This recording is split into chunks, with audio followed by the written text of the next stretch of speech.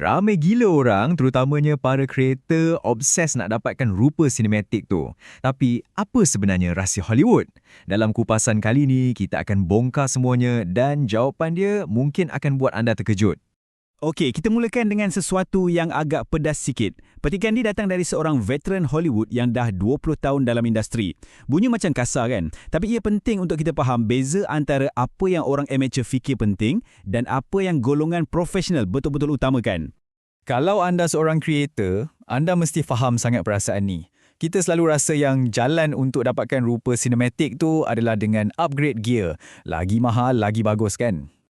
Inilah senarai dosa kita semua.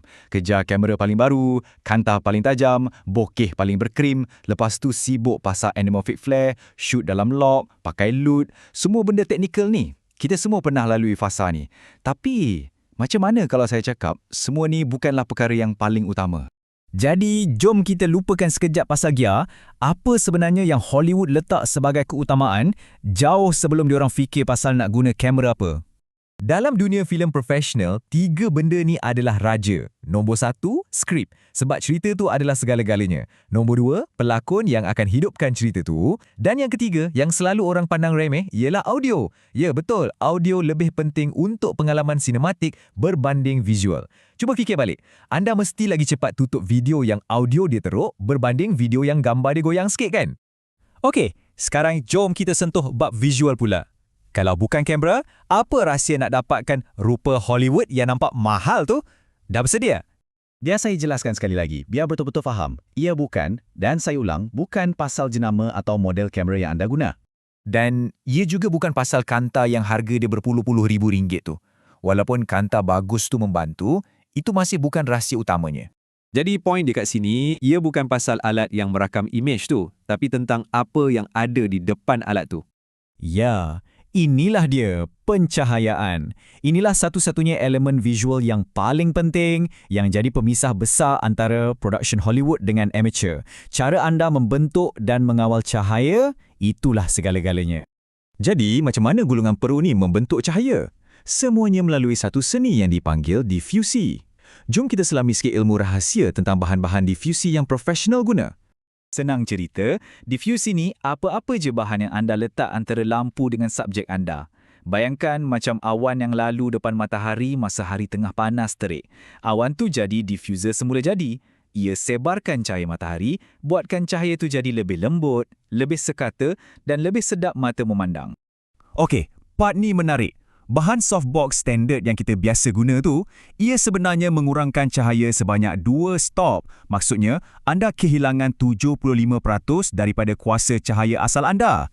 Sebab itulah dalam production Hollywood, diorang ada macam-macam jenis bahan diffusi untuk situasi yang berbeza.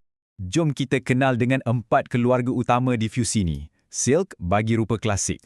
Tough white pula bagus untuk cahaya lembut yang menawan. Grid cloth boleh ubah lampu yang keras jadi sumber cahaya yang besar dan lembut macam langit.